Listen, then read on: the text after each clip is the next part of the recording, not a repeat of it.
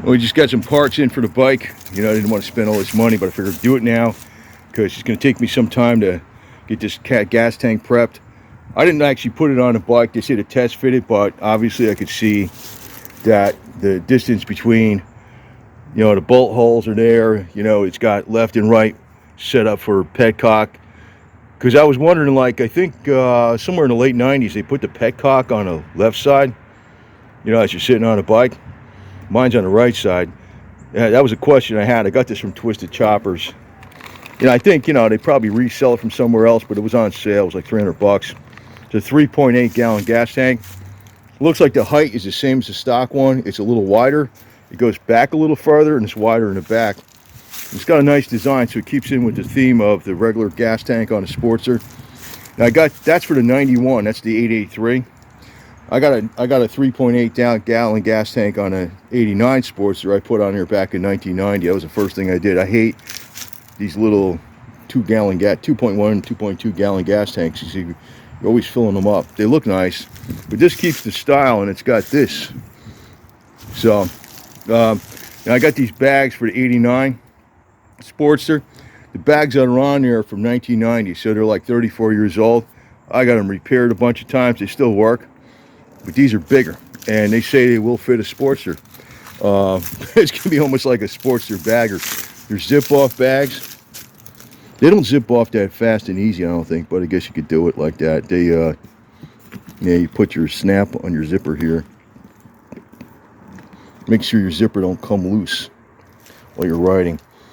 Nice thought. Maybe I snap that harder. Ugh. Anyway, and then it's got all kinds of Velcro, and it's got the quick release buckles under hiding these. But there's a lot more room in these back. God, let me open it up. Ugh. There's a lot more room in here. I think these are like 20 inches. And the ones I got on there are 16 inches. Got a little pocket in here. And the ones I got on there, they were expensive when I bought them because they're real leather. With these are not real leather, but these are made by Milwaukee, and it's got something on the bottom here that's kind of like a heat shield, heat resistant. See that? So, you know, you could probably put some kind of coating on there because they got coating that you could put on stuff. As a matter of fact, I do have that. There's a coating I have that's a flame retardant for, maybe I won't do that because I just, you know, if it's far enough away from the pipes, it should be fine. But there's other stuff. If you actually have the bags melt a little bit or something like that, I was against getting these kind of bags because they're not real leather, even though they look like real leather. And I was against getting anything that was fake, you know, fake leather, because back in the day, the fake leather was not very durable. But this is from, I forgot what brand this is. Maybe it says on here someplace. I think it's from Milwaukee Leathers. So like when they use the fake leather, it's good stuff. So it should hold up. But it's got more room in it. It's like you're talking a 16-inch long bag versus a 20-inch. Your volume is probably 50% higher. So one of my bags is like, you know, stuffed to the gills, and the other one is like halfway filled up. So if I ever have to take anything, I put it in that one. And then I got two large tool bags. I got a couple tool bags on there. But you know, if I ever have to go more than that, I put the backpack on the back seat. So we'll install those. This, I'm gonna go ahead and tank. I'm not gonna take the other tank off and test fit it. I kind of put it next to it. I'm not gonna have a problem getting this tank on the 91 because if there would be a problem, it would have been the handlebar might have hit, or the handlebar controls or wires or cables might have hit this when you're turning the wheel lock to lock. But since I got the risers are up 2 more inches and the handlebars up a couple more inches, I think maybe 2.5 and 2.5, so maybe that's about 5 more inches high. The handlebars, if you put it lock to lock, it's never not going to hit this. And I can see the petcock where they did this. It's like it's not going to get in the way of the top of the carburetor. Not going to be a problem. I don't think so, but if it is, I'll work with it. But in the meantime, I'm going to cream coat it. This is I got the kit I did this on my other gas tank I put on there in 1990 on my 89 1200, or it was an 883 originally, and this is a 1200 conversion. It's been on there forever, and I haven't had any rust. So, you know, pretty good, pretty good. The thing is, I'm going to do with this gas tank is it's going to be hard to match the paint. I'm looking online. I know what the paint code is for the 91. I'm going to get something. I'm going to experiment. What you could do is you could paint the main part of the tank as close as you can get, and if it's a little lighter, you could make the insert a little darker. Or if it's a little darker here, you can make the insert a little lighter. I kind of, in this way, when you're looking at it, you know, it'll look like a really good match, because you're trying to evaluate two tones against one tone. And then I'm gonna put something inside here, you know, like some kind of design or something. And but it's a nice looking gas tank. And the thing is, you use the one stock screw-in cap. It's got, here's your little vent over here. So you got plugged up down there. Pull that off of there. I'm going to cream coat it first, and then I'm going to I have to chemically clean the heck out of it, and put the what do you call that, the epoxy etching primer on there, the stuff that you could put like any kind of filler over. Then keep spraying it down with I'm not going to sand nothing on this much, I mean just enough to make the paint stick. But then I'm going to go use the filler primer, keep sanding it till it's smooth, and you know, paint it. And it'll have the 2K clear, which is something I didn't have back in the 90s and 80s and stuff. I mean, that just came out several years ago, the 2K clear. So you can use, like, the base coat color doesn't matter that much, you know, like as long as it's compatible with the 2K clear. Once you put the 2K clear, it's just as good as the factory. It's not going to chip. I just threw some on my other gas tank, the 89, and no problem. I mean, it's it's on there solid as all hell. So anyway, over and out for that part right now. Yeah, and I want to mention that the stuff, when I put the 2K clear on the 89's gas tank, the 89's gas tank was getting rust under it. Was pitting and everything because I had the spray can. I just cleaned the tank off with some 600 wet and dry and some like cleaner to chemically clean it, and I sprayed the clear right over that, and it's on there solid as all hell, even not even prepping it exactly right. I mean, it was chemically clean and sanded, but I should have took it down all the way. You know, I didn't do that. So it's not even like completely flat. It's got some orange peel in it, but when I spill gas on the 2K clear, you know, when I'm filling it up, it doesn't affect it like the other paint. So that I won't gonna have a problem. This tank will come out, you know, pretty damn close to original. Yeah, just to give a size difference of the bags, you can see this is, you know, from that size to that size. Look at the width. You're gonna come out to like here. Probably gonna go up to there. Probably go back to there.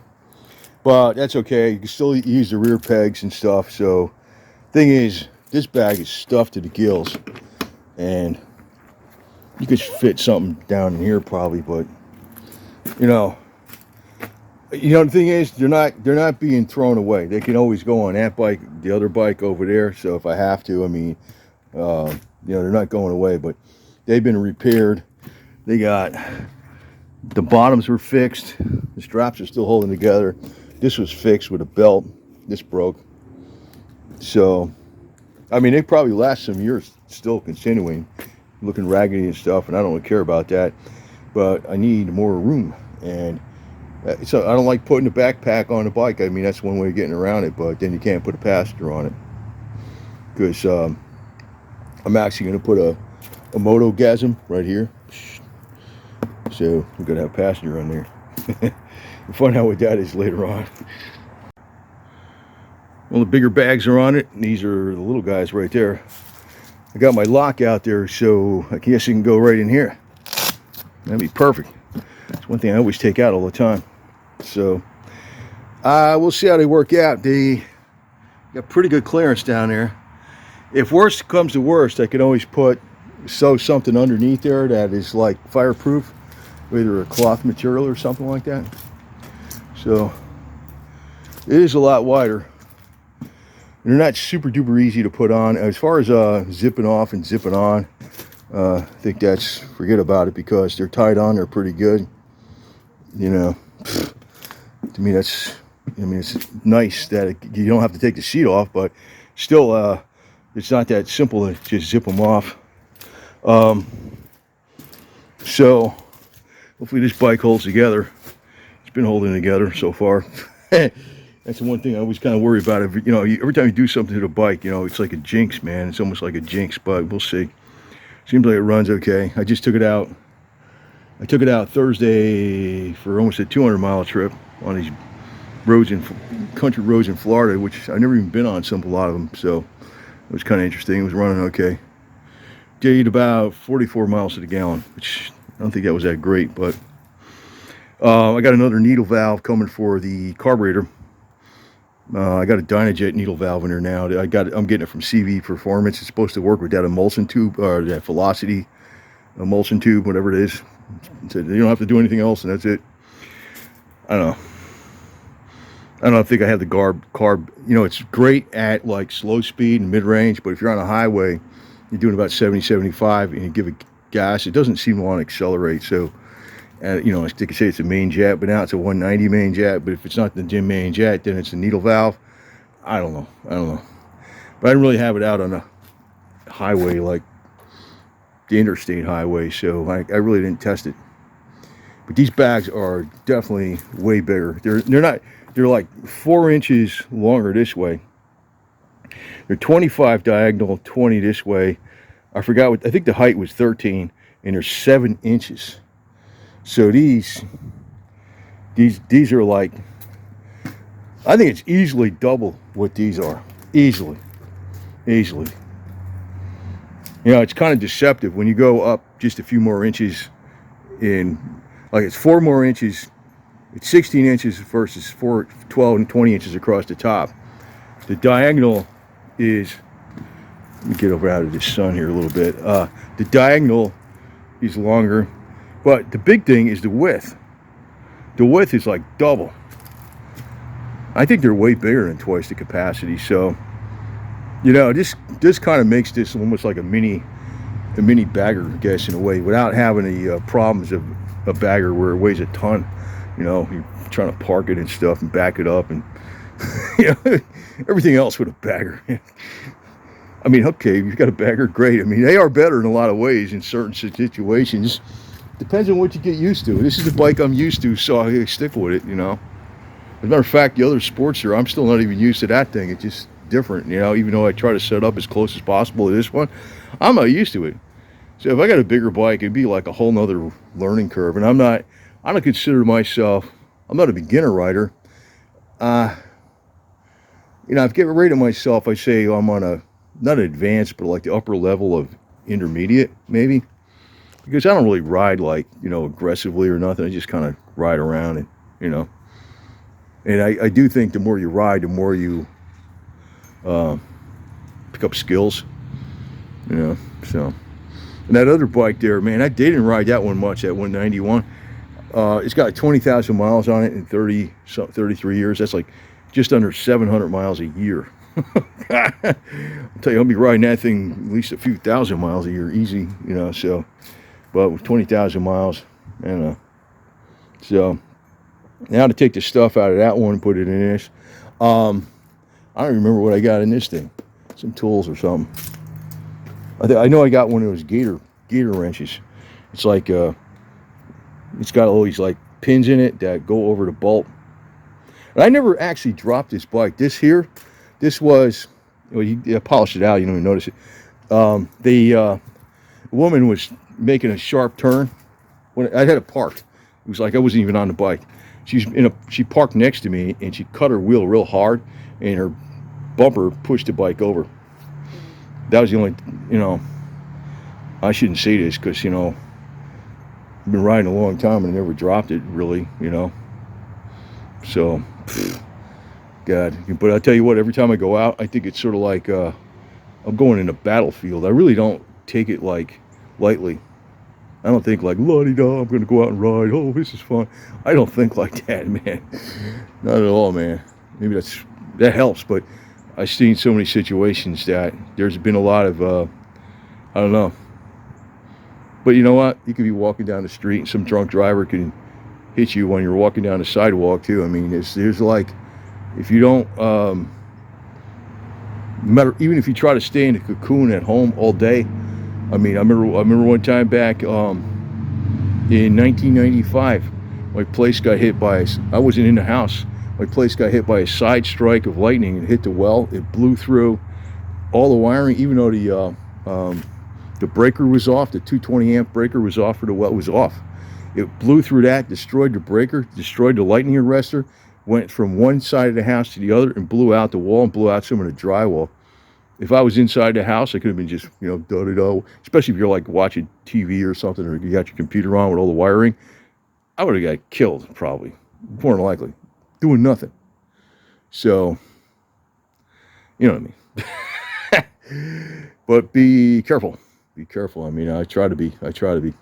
Anyway, I just figured I'd throw those words in there because I was kind of watching some videos on YouTube of all these crashes, and I was like, yeah, there's people that do shit, but I mean, you know, I mean, I can drive older cars that don't have airbags in them, and my little 4x4 can, you know, they took that Samurai off our market years ago because it said it flips over. And the one I got is the pre-Samurai. It's 3.5 inches more narrow than that Samurai. It's the SJ413 Jimny 1300. You know, it's four wheels on the ground, but that thing ain't that safe, you know?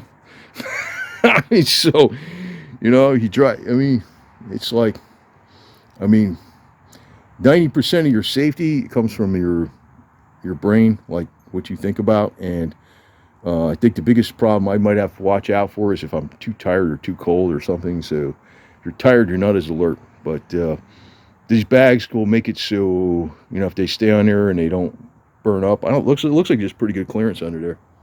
If they stay on there and they don't have a problem, looks like I got, you know, plenty of room. So if I got to go to a store or something, you know, I can throw stuff in there. I got like a little grocery getter now. Well, I'm going to show you something. This bag was the one I had on the right side, and it was stuffed. I couldn't fit nothing else in it. This is all the stuff I had in it. It's like, it's a headlight. I mean, I don't even need to have that in there. Quart of oil, the trousers for the rain gear, and this is like a lock thing. Look, the bag isn't even a third full, and I had that one stuffed to the gills. So it's probably about 3 times the capacity. So, you know, the bike, it's not a bagger. It doesn't look like a bagger. And to tell you the truth, I was against putting these on there because I think they look stupid on Sportsters, but everybody's getting used to looking at baggers. So, you know, it looks like it doesn't even look like a bagger. It looks like, I don't know what it looks like. It just looks like a Sportster with big bags on it, man. That's what it looks like. Just what it is. And it's got this Velcro stuff. This thing, these are pretty waterproof, man, I guess. You know, it folds over the thing, and it's got a quick release latch. So, yeah, and these were like $150 something or something like that. Not that crazy price. Some bags are like $500, $700 or stuff. You could buy a whole engine for that crap practically used. You know, I got to get this on there with 2 hands. Maybe I could. Like this, and have it lined up. But anyway, you just push it in there, you know, 1, 2. There it is. And then you put that on like that. You know, 2 hands, I get it on there in 10 seconds, but I don't have 2 hands. So that's like humongous difference. And the other thing is this lock. I'm always going into that side bag for the lock. I kind of leave that one open a little bit. Will this fit in here good? Maybe, maybe not. Yeah, more or less. Yeah, that's good enough. It'll fit. It'll fit. The lock will fit in there. Actually, if I don't need to lock the lock. If I locked it, it would actually stick down even more. That's good. That's good like that. Even not even locked. See that? So that's one thing I always take out all the time. See this one. What I could do with this bag, I'm not wasting nothing. This isn't getting thrown away. You see how these are like stitching came out? I can restitch them, re-dye them. And also, I showed this on another video. See that stuff in there? See I riveted stainless steel rivets in there with that really super thick leather. I think it's at least 3 mil. It's sewn in there with the Speedy Stitcher, like tent thread, real thick stuff for outdoor. And because the bottom of the bag, you see the stitching, right? Was burned. See that? Because I had a fire with the carburetor when the freaking plastic fuel inlet broke. Just my luck, it caught fire. And you know, I was being easy with those inlets. I know this guy, Scotty Kilmer, said, Scotty, what was this? The famous guy, the Scooter Tramp Scotty, told me on the internet, because make sure you don't over tighten them. It wasn't, it was just old. So, this one, yeah, I could probably, what do we got in here? See, I got a safety vest too. I forgot about that. I could probably put that. Now, what I always do, you see I got the Fix-A-Flat. I'm just making this video longer. I got the tire repair thing right here, Fix-A-Flat. This is a bicycle pump. You'd have to pump this like 1,000 times to pump the tire up, but you can do it. I always put a dash of this stuff in a gas tank every time I run down the road to keep it oilers, top end oiled up. This, I could probably put this in this thing, on that side. This is like a bicycle mask for motorcycles too. If you have it just like a lot of times your wind gets when you're on your neck, it blows down in front of your shirt and stuff, like your jacket, like where the collar is. If you got a full face helmet, it's not as much of a problem. Even then it could be if it's really cold. Use this. But they got stuff like heated gear now. I'll probably put some of this stuff in this one and leave this one kind of empty. Or yeah, you're supposed to load them equal, but I don't know. Boy, this is not going to take much room at all, man. Holy smokes! I'm looking at this thing. These are great bags, man. It's from Milwaukee leather. I got them on Amazon actually. It's got the pouch on the side. That's another good thing too.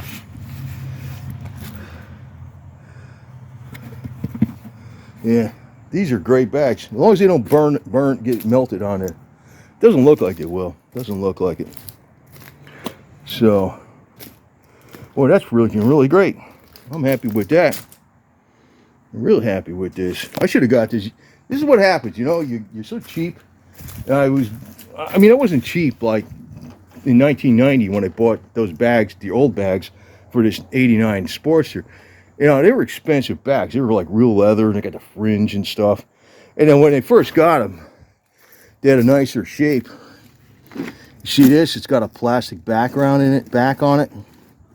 So what I could do is, you know, while these are off, I can kind of work on them. I could put like, you know, metal bar in there or something with structural rivets and some stainless steel fender washers, and have it so the bag has got support in the back, maybe a stainless steel plate or something. So, because you know, I can keep these on the side, because if ever needed, I could put it on. I could put it on the other bike, right? I could put it on the other bike if ever needed. So this isn't like, you know, I'm not like, but boy, I'm not like wasting anything. I don't waste nothing. Yeah. I run like depression era economics all the way. You know, you see all these videos out there, all these people buying all this stuff. Yeah, I did buy some stuff here, but I plan to use this more. Oh yeah, the other thing I got on this bike is the locking gas cap, because I got sabotaged one time. It had a lot to do with why the engine had to be rebuilt. Actually, what I should do is put that in here. Or whenever, or whatever, I can put it in the side pocket. Because, well, whenever it's easy to get at, you know, because I'll figure this out later. But there's a lot of room in this thing. I mean, I throw that just as those few things in there. That bag's gonna be both. This bag is more than half empty.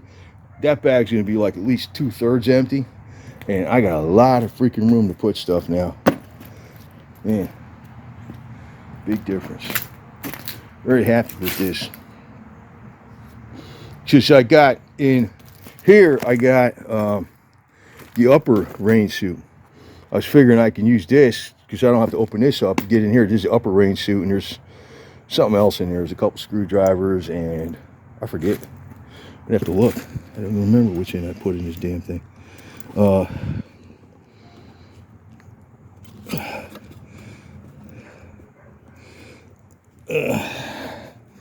on, get out of here. It's got the flaps, got a couple screwdrivers, and what is this? I forget. Oh, there's some tools. Oh yeah, my eating utensils. You get your can of beans. I don't know. Oh, this is I don't even know what I put in here, man. See, this is the thing. I just did this too. I forgot about it. Oh, gloves. This is a different. There's gloves. That's important. Yeah, I mean, I usually ride with the fingerless gloves, but you know, if you ride around with the fingerless gloves and it gets cold out, it's not the fact that your hands might get cold. The fact is that the wind is blowing up the sleeve of your jacket. If you got a jacket on, you know, a lot of times that's what I do. I ride with the jacket on with the fingerless gloves. If I want more air, it blows up the sleeve, right?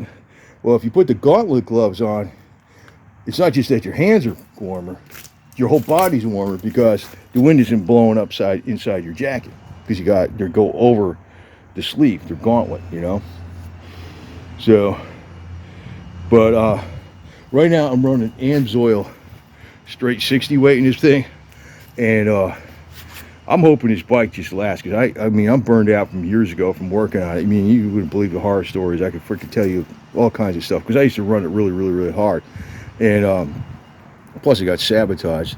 But I'm going to get a case of 1560 AMSOIL, which I'm going to use in both bikes, in the transmission and the engine. So you can, and this way it'll work in temperatures down to 20 degrees all the way up to like 110 or something. Because it's like, you know, the best stuff in the world. I'm not going to use the 2050. I'm going to use the 1560. And if you buy, you know, a case and you remember, it's like, it's actually cheaper than some of the stuff I was buying at $15 a quart. I forgot what it was. It's $12 to $14 a quart. Still pretty expensive. But the bike only takes 2.5 quarts in the engine, and I think 3/4 of a quart in the transmission. So you're using like half the oil, not even half the oil as a car. You know, so, you know, I'm going to be running probably, I got Avon tires on this one right now. I'm going to be, when these wear down, I'm going to get Metzler Cruise Tech. And I'm going to get the MU, which is like in between the next size up, but it's got 100 pounds more load capacity in the rear, and it's like 2/10 of an inch wider on each side and exactly the same diameter. But it gives you 100 pounds more load capacity on the rear with the tires. So, you know, if you're running a passenger, and what I was really worried about with these bags was, can you get your feet in here and stuff? Yeah, you could, because your legs are going to be coming in on an angle like this, right? You're going to get your foot in there, no problem. It's going to be coming in on an angle. Your knee's going to come up this way, and you'd be like that. The back of your calf would be against this. It'll be pretty good. It'll be pretty good. If you put a little cushion back there, you know, it's a decent 2-up bike also. I think with these bags, I just really made this bike into a medium distance cruiser, even for 2 people, because I can carry some serious luggage with this puppy. I'm kind of rambling on about this, but, you know, I'm thinking about all these little different idiosyncrasies in why it's a better advantage. Should have got these a while ago. I was resisting it because I just don't like, the same reason I resisted a windshield. I just don't like windshields on Sportsters. You know, now the other one I got is a quick disconnect. It's handlebar mount only, so I could just take it off, and I got a side swing arm bag on that one. But this thing could be basically a semi bagger distance tour, as long as this engine holds up. I mean, ever since it was rebuilt, it's got a lot of valve train noise. That's why I was partly putting in the lifters, but I think it's been like that for years. I mean, years and years and years. It always got me worried, but that's why I put the AMSOIL. I'm gonna run AMSOIL. There's no metal in the oil. It's just it's noisier than a stock Sportster. And I put the rocker lockers up in it. I put the fueling lifters. I put the S&S push rods. I even adjusted them from, like, you can go 4 turns all the way up to 4.5. I went 4 1/3 turns adjustment. It is quieter somewhat, but it's not quiet as like the other one. And I don't know. I guess it's okay, but I think the reason it's like that is because with the aftermarket cams, there's more backlash in the gears because they're not color coded match like the way they are at the factory. They're all set up loose. Plus, I got the Baisley valves in there. They're real oversized. I don't know if they just make more noise or something. I don't know. I have no idea, man. But I took it out for a couple hundred miles and it seemed to do okay. So, but you know, I just know that the demons of hell, they're not on your side. You're gonna have a problem with your freaking Harley, man. And you gotta, I swear to God, I mean, I'm always like thinking like the enemy is near, man. You know, Murphy's Law. That's you know, the Marine Corps talked about that, but the Harley Murphy's Law is all over the place with Harley Davidson, man. It definitely is. You got to be like precise, like you're doing an Apollo moonshot, and then even then, you could have a problem. You do not take anything for granted. And you know, I'm rambling on, but it's like a discipline. That's why a lot of people don't ride. There's a lot more involved than just getting on a motorcycle and taking it out for a spin.